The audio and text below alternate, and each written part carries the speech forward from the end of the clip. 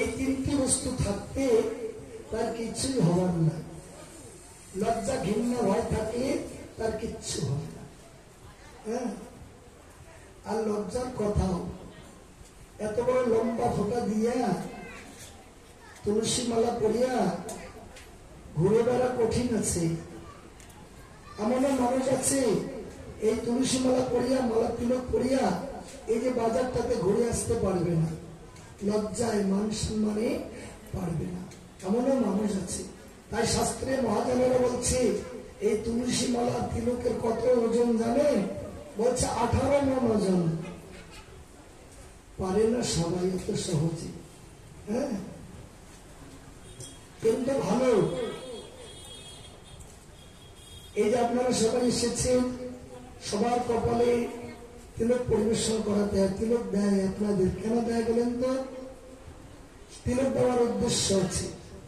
তিলক কপালে না দিয়ে কৃষ্ণ নাম শুনলে কৃষ্ণ নামে ফল হয় না, ফল হয় না। যার জন্য আসা মাত্রই ভক্তদেরকে তিলক দিতে হয়। তিলক করে যদি হরিনাম শ্রবণ করে এটা ফলপ্রসূ হয়। তাই এখন জমদূতেরা ছেড়ে দিয়ে গিয়ে এই কথা বলেন, যমরাজ তাদেরকে এই কথা বলেন। যমরাজের শ্রী হরির নাম ও শ্রী বৈষ্ণবের মাহাত্ম্য বর্ণন ধর্মরাজ বলতেছে, যমরাজই বলতেছি। ধর্মরাজা বলে, আরে শুনো দূতগণ, চরাচর জগৎ ঈশ্বর নারায়ণ, যার অংশ ব্রহ্মা বিষ্ণু হর মহেশ্বর, যার মায়া পাশে বন্দি সব চরাচর। আমি সব বন্দি যার মায়াময় পাশে, সবেই প্রভুর আজ্ঞা পালয়ে তরাসে। নাকে দড়ি দিয়া যেন বলদে বন্ধায়, সাবধান হয়া রহে গৃহস্থের প্রায়। চন্দ্র সূর্য ইন্দ্রয়াদি বরুণ পবন, আপনে বিরিঞ্চি হর সিদ্ধ সাধ্যগণ। এসবই যাহার মায়া বুঝিতে না পারে, সেই সে সবার প্রভু সবার ঈশ্বরে। তার পারিষদগণ ভ্রমণে সংসারে, অলক্ষিত রূপে কেউ চিনিতে না পারে। ভকত রক্ষণ হেতু সে সব ভ্রময়ে, কি রূপে কোথাতে রহে কেহ না বুঝয়ে। এই যে ব্রহ্মা বিষ্ণু শিব আরো অন্যান্য দেবতারা, এরা ভগবানের প্রতিনিধি। এরা এই জগতে বিচরণ করে ঘুরে বেড়ায়, আমরা তাদেরকে দর্শন করতে পারি না। তারাও কিন্তু এখানে এসেছে, এখানে দেবতারাও আছে। কিন্তু তারা কেন আসছে জগতে, কেন ঘুরে বেড়ায়? আমাদের মঙ্গলের জন্য, আমাদেরকে সবসময় রক্ষা করে তারা। হ্যাঁ,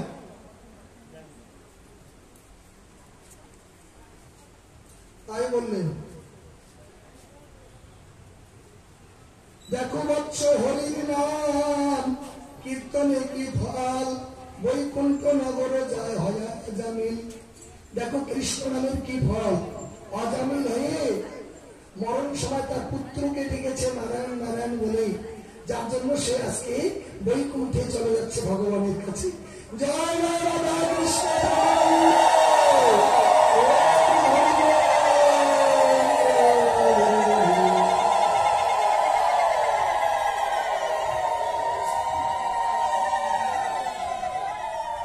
তাহলে আজামি হয়ে যদি বৈকুণ্ঠে যেতে পারে হরির নাম করে, তাহলে আমরা কেন পারবো না?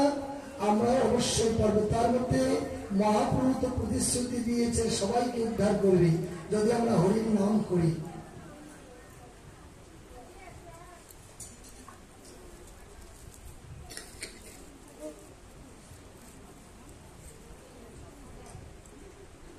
হরির নামে পাব হরি এই বড় মনে, যদি হরির নামে সৎ পাপ দূর হয়, অজামিল হয়া কেন মুক্তি পদ পায়। যত যত মহাজাম প্রায় বাদ জড়, বিষ্ণু মায়া বিমোহিত সে সকল নর। অশ্বমেধ আদি মহা কর্ম পরায়ণ, মধু পুষ্প সম ফল স্বর্গ আরোহণ।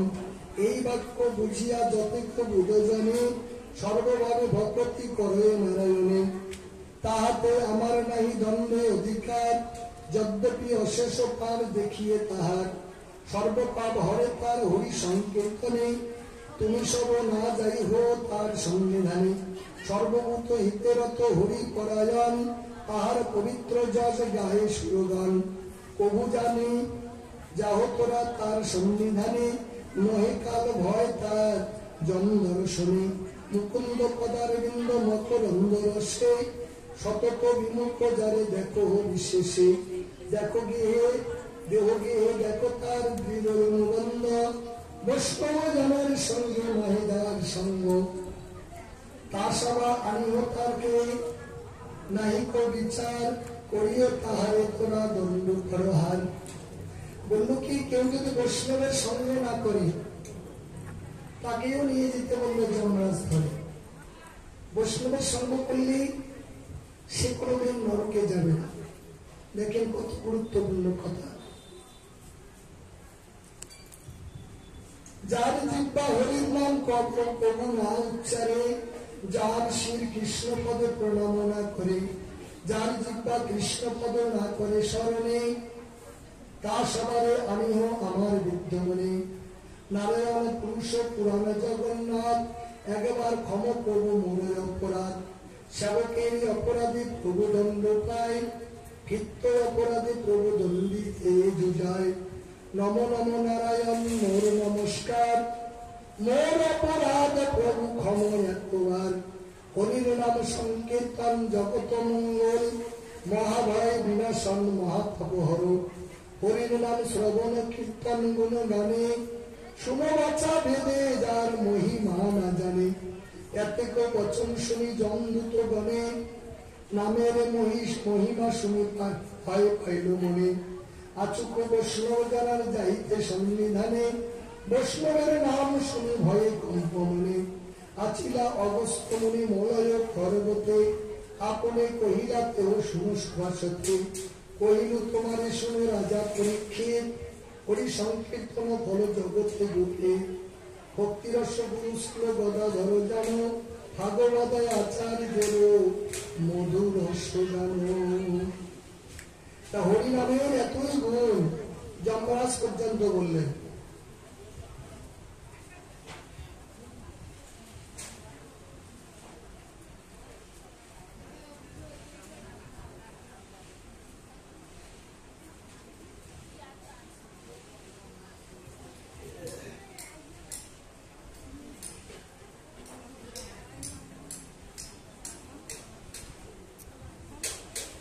এবার হচ্ছে বৃত্রাসুর। বৃত্রাসুরে ভক্তি লাভ সম্পর্কে পরিপ্রশ্ন।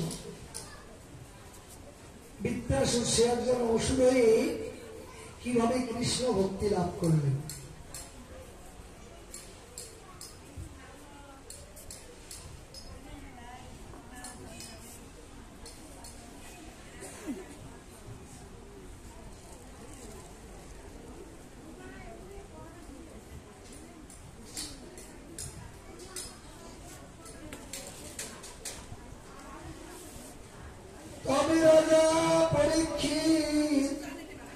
ভাবিয়া বিস্ময় পুছিল মুনির পায়ে করিয়া বিনয়। তামস দুরন্ত বিপ্র পাপ দুরাচার, কোন পুণ্যে হরি ভক্তি জন্মল তাহার। সপ্তদ্বীপা পৃথিবী পৃথি যদি রেণু করি গণি, তার সঙ্গে সদাচার জীব হেন। তার মধ্যে পুণ্য কর্ম করে নর জাতি, তার মধ্যে কেহ কেহ সদয়ে মুক্তি। কোটি কোটি মধ্যে কেহ মুক্তি পদ পায়, মুক্ত কোটি মধ্যে বিচারিয়া চায়। তবু তো তাহার মধ্যে ভকত দুর্লভ, বিত্ত হইয়া কোন শূন্য পাইল হেন পথ। কহ মহামুনি তুমি ইহার কারণ, কি রূপে বৃত্তের ভক্তি হইল ইউতুপন। এখানে বললেন যে কোটি কোটি মানুষের মধ্যে আমরা অধিকাংশ মানুষকে কি বলেছে কর্মী।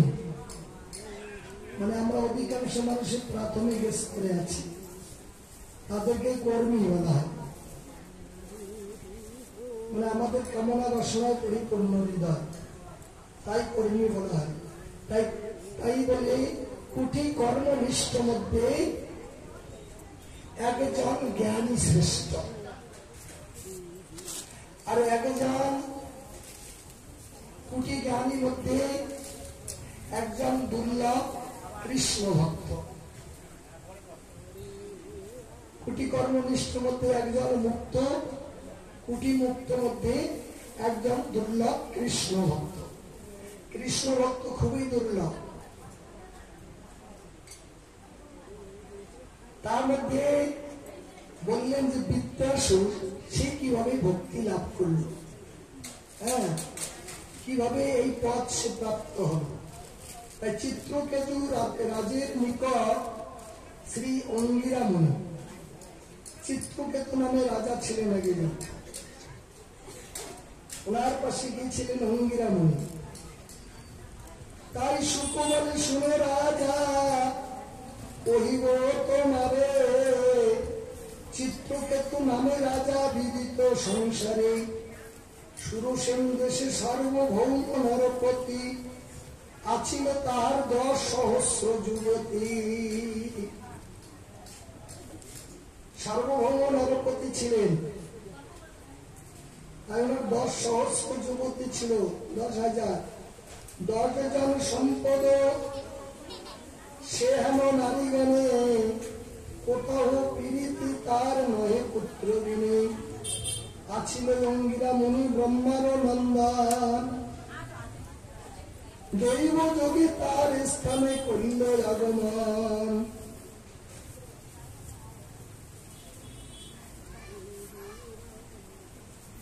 আতিথ্য বিধানে রাজা পুজিল তাহারে, কনক আসনে পুজি বসাইল মন্দিরে, আজি পুছিলার অঙ্গিরা মুনি শুন নরেশ্বরে, অন্তরে চিন্তিত হেন দেখিয়ে তোমারে, চিত্রকেতু বলে সত্য বলিলে গোসাই, বাহ্য অভ্যন্তর তোমার অবিদিত নাই, জিজ্ঞাসিলে কবে তোমার চাহি কহিবারে, অপুত্রের হয় কোন রূপে প্রতিকারে, এই সে কারণে মনে কিছুই না ভাই, নহিল সন্ততি মোর কোন গতি হয়।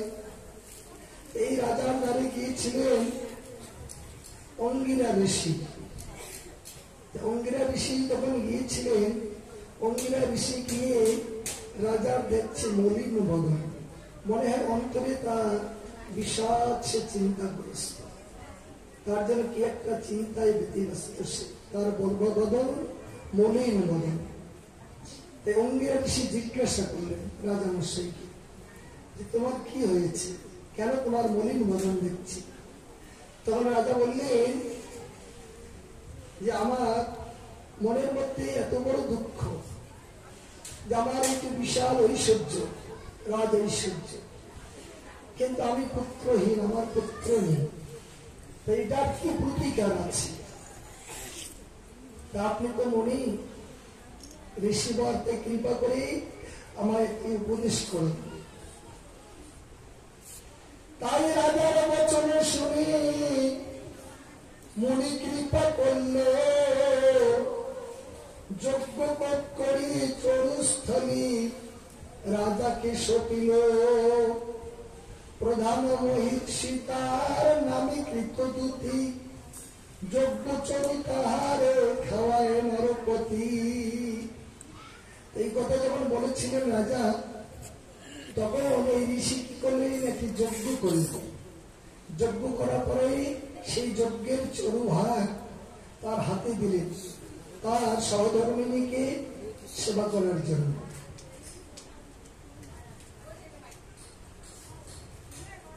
এই জগতে আছে বর্তমানে কোন মা বোন যদি নিঃসন্তান হয়ে থাকে, কোন সন্তান সন্ততি নেই,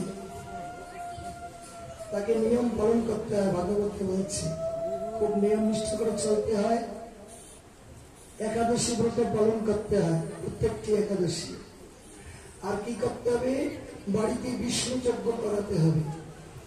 বিষ্ণু যজ্ঞ কোন সত্য বৈষ্ণবকে দিয়ে করে ওই যজ্ঞের চরু মানে প্রসাদ তাকে খাওয়াই দিতে হবে, তাহলে তার সন্তান হবে। তাই বলছি। আর এরকম আমরা অনেক প্রমাণ করে দেখলাম তো ঠাকুরের কৃপায়, প্রকৃত সত্য কথায় আমরা অনেক প্রমাণ করলাম সত্যি সত্যি তার সন্তান লাভ হয়েছে। তাই মনে এই কাজ করলেন। তাই হরিষ বিষাদে তোমার পুরিব অন্তর, মনে বলে ইয়া হইতে হইব পুত্রবর।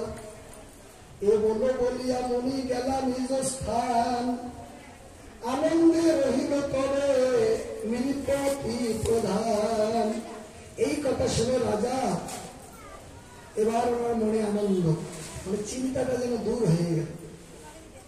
কেন? যার সন্তানাদি নেই সে যদি রাজসুখ ভোগ করে না, তবু তার অন্তরে শান্তি থাকে না। কেন শান্তি থাকে না বলেন তো? ধনৈশ্বর্যের সুখ দিতে পারে না।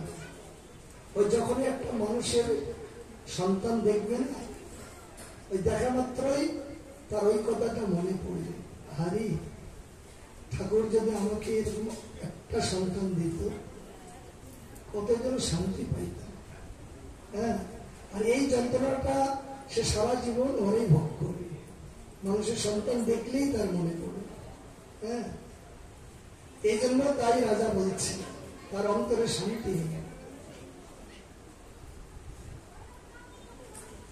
শুভকালী শুভক্ষণে কুমার জন্মিল, শুনিয়া রাজার চিত্তে আনন্দ হইল। এ রাজার এবার সন্তান হয়ে গেল, পুত্রের সন্তান। জয় রাজা কৃষ্ণ।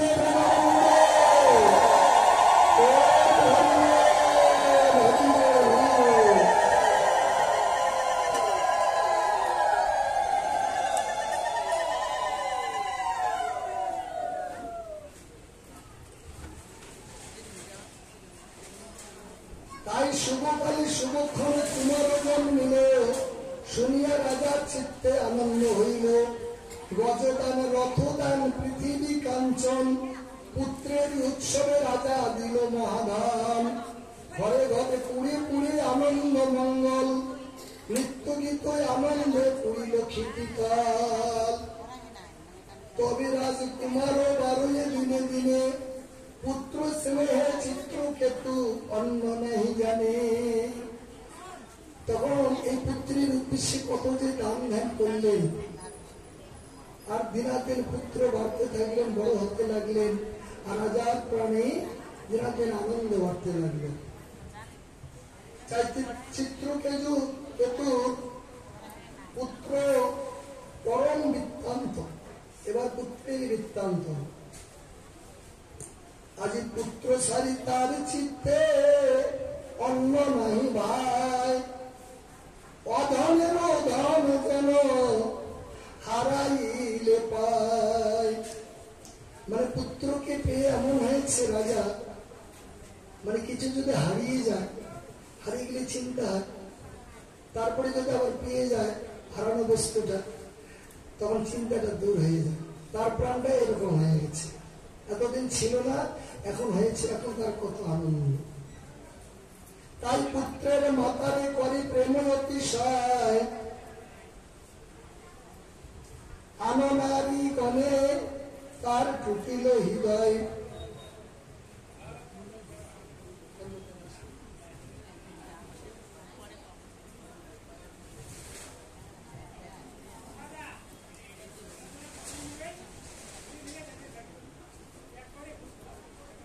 তাই সপত্নীর সম্পদে দেখিয়া দেবী গণে, শোকে অচেতন হইয়া চিন্তে মনে মনে। একদিন সকলে মিলিয়া যুক্তি করল, বীজ দিয়া বালকের ক্ষীর পিয়াইল। দেখেন, এই যে আমরা সবাই জানি এই জগতে যে সতিনী জ্বালা বলে বড় জ্বালা। রাজার তো অনেক সহধর্মী, তাই কোন নারীরও সন্তান নেই, একজনের হইল। একজনের যখন সন্তান লাভ হইল, এবার অন্যান্য সতীনরা এদের অন্তরে হিংসা জেগে উঠল, জ্বালা হয়ে গেল। এখন কিভাবে সন্তানটাকে মেরে ফেলবে, হ্যাঁ, এই চিন্তায় ব্যস্ত হইল সবাই। এরা সবাই মিলে এক পক্ষ হইল, আর বাচ্চাটার মা একা এক পক্ষ।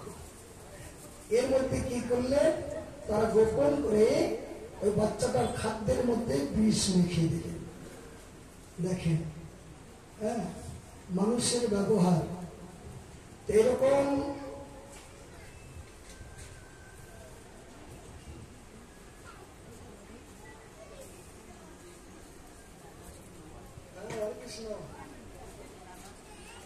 না, ওই প্রভুটা বাড়ি দাও তো, সকালে যে প্রভুটা পাঠ করছে ওই আছে, ওই বাড়িতে বাড়ি দাও।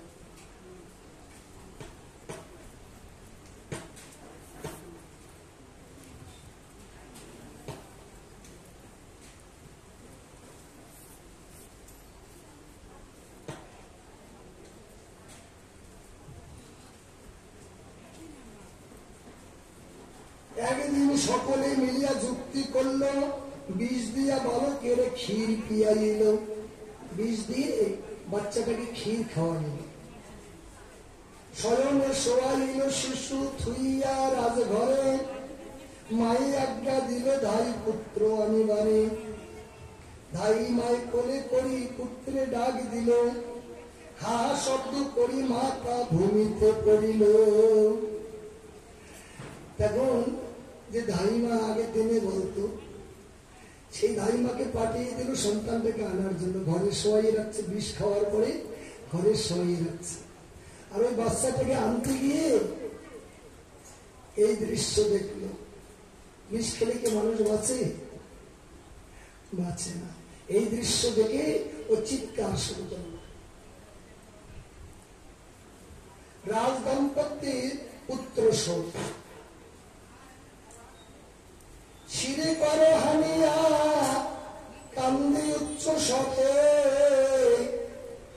এ বলো শুনিয়া রাজা উঠিল সত্তরে। আর এই চিন্তা করিয়া যে রাজা মশাই যখন শুনতে পারলো, একদম চিৎকার দিয়ে কান্না শুরু করলো। আরে কত তপস্যা ফলে ভগবান আমাকে একটি সন্তান দিল, তাও আজকে আবার নিয়ে চলে গেল। হ্যাঁ, একে উচ্চ স্বরে চিৎকার করে কান্না শুরু করল। কিন্তু সন্তানটাকে তো ভগবান তো আর নিয়ে যায় নাই, এরা ইচ্ছাকৃত জোর করে মেরে ফেলল, তাই না? এই জন্য শাস্ত্রে বলছে, মা বোনদের এই অন্তরটা, মা বোন খারাপ পাবেন না, মা বোনদের অন্তরের মধ্যে মাৎসর্য ভাবটা বেশি। কারো ভালো কেউ দেখতে পারে না, কারো ভালো